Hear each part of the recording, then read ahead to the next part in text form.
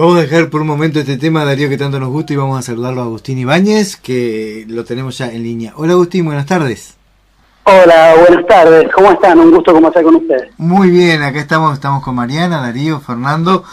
Agustín, sos el director del Instituto de Neurociencias y Políticas Públicas, y se acaba de lanzarse la plataforma, se va a lanzar, acá Mariana, que fue la que propuso el tema, ahora en agosto, la plataforma PENCO.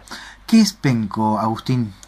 Bueno, PENCO es la plataforma de neurociencias cognitivas y ciencias de la conducta de Argentina, que pertenece al CONICET, y básicamente es una red que engloba más de 50 institutos o laboratorios y sus directores respectivos a lo largo de toda Argentina, grupos muy diversos que abordan o el estudio de la mente o de la cognición, desde perspectivas muy variadas, neurociencia, psicología, ingeniería, brain-machine interfaces, pero que, digamos, lo que tienen en común todos estos grupos es que abordan el estudio de la cognición, y básicamente las redes que ha creado el CONICET son redes que pretenden dar soluciones expertas de un conjunto de grupos fuertes del país, ¿no es cierto?, a problemáticas específicas, en este caso todo tipo de problemáticas que tenga que ver con cognición o con neurociencia.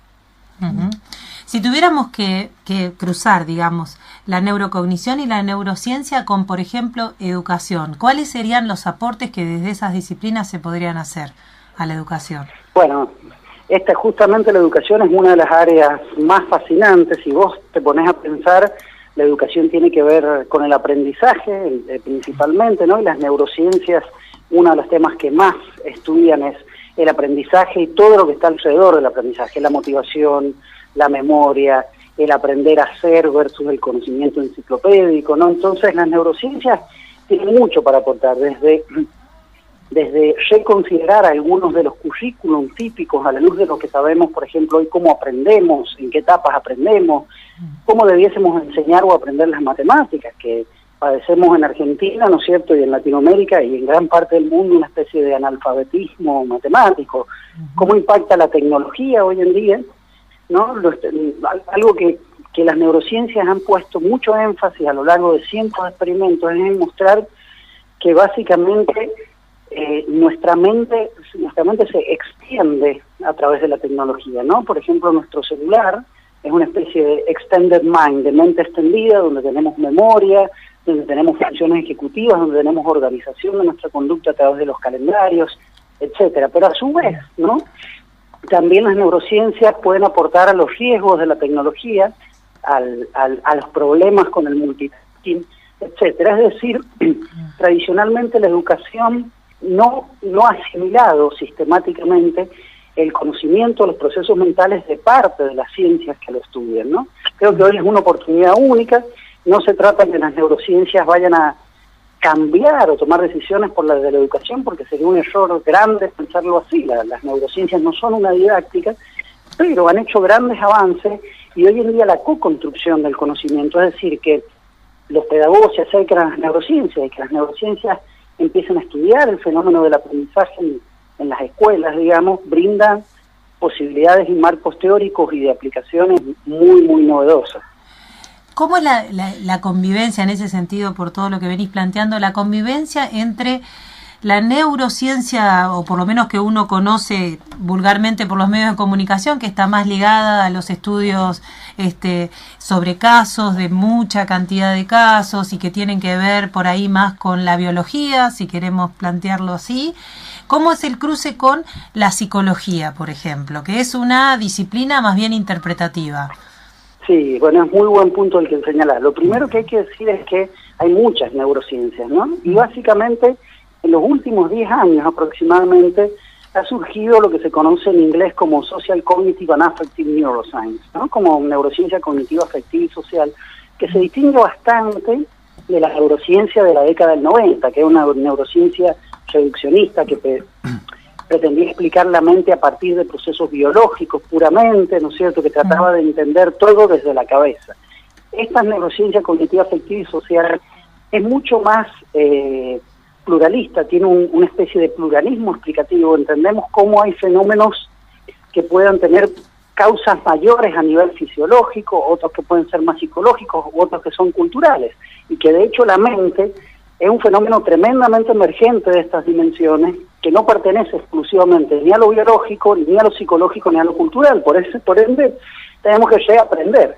Académicamente hemos aprendido a separar el conocimiento, ¿no? Entonces, para los neurocientíficos la mente era el cerebro, para los psicólogos era la dimensión, ¿no es cierto?, del sentido, de la interpretación.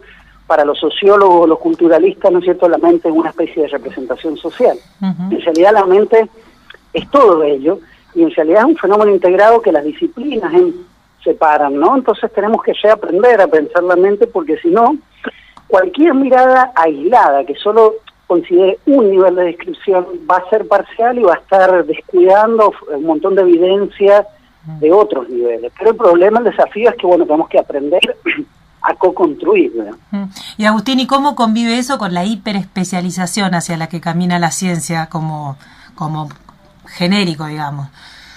Porque... Sí, bueno, creo que esto es una evolución natural, ¿no? La ciencia, como vos decís, ha crecido en especialización, pero a la vez, en los últimos años, han habido un montón de surgimientos de enfoques disciplinarios. Por ejemplo, en neurociencia tenés lo que se llama la Cultural Neuroscience, que muestra cómo la cultura moldea la percepción, por ejemplo, y moldea la percepción a nivel cerebral, que muestra cómo el cerebro es un órgano social, donde, por ejemplo, fenómenos sociales pueden producir cambios fisiológicos y biológicos en el cerebro, ¿no? También ha surgido, por ejemplo, la neuroeconomía, que es tratar de estudiar cómo tomamos decisiones con conocimientos conductuales, pero también fisiológicos. Entonces, creo que hoy en día hay una vuelta a la integración justamente por esta excesiva especialización, y es un trade-off.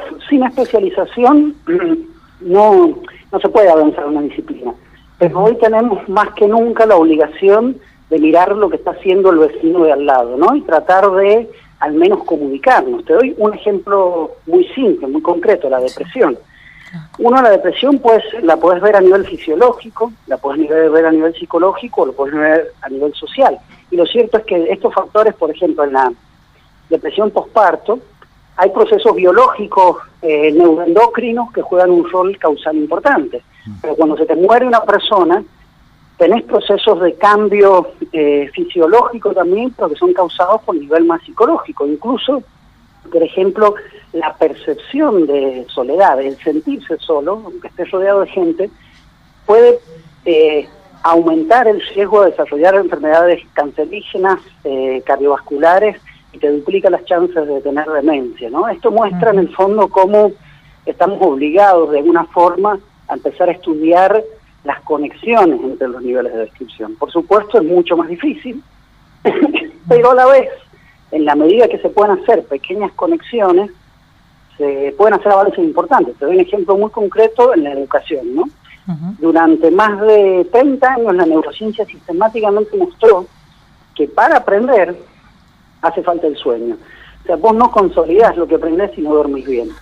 Esto se estudió en animales, en humanos, no en un experimento, como a veces en Neuroboom, ¿viste? Venden la publicidad que a partir de un experimento se cambia una teoría, no, sino a partir de cientos y cientos de estudios que ya replican de forma consistente un hallazgo. Bueno, hoy en día sabemos que es así. Por ejemplo, en Estados Unidos, la ley se corrió el inicio de las clases 1 hora más tarde para que se duerma más. El otro ejemplo, viste, es el impacto del bilingüismo en la prevención de la demencia. En Edimburgo, para el Alzheimer también.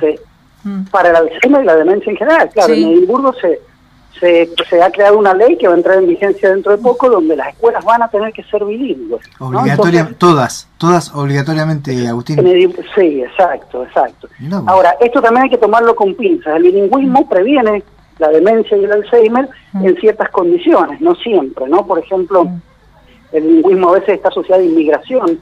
La inmigración muchas veces está asociado a estrés, muchas veces está asociado a consumo de alcohol, de tabaco, de factores estresantes que hacen que el impacto del bilingüismo no siempre sea bueno, ¿no? Por eso, de nuevo, hay que construir como visiones mucho más globales y emergentistas, por así decirlo, de las explicaciones causales simples a las que estamos acostumbrados los científicos. El Faro, un programa de ciencia.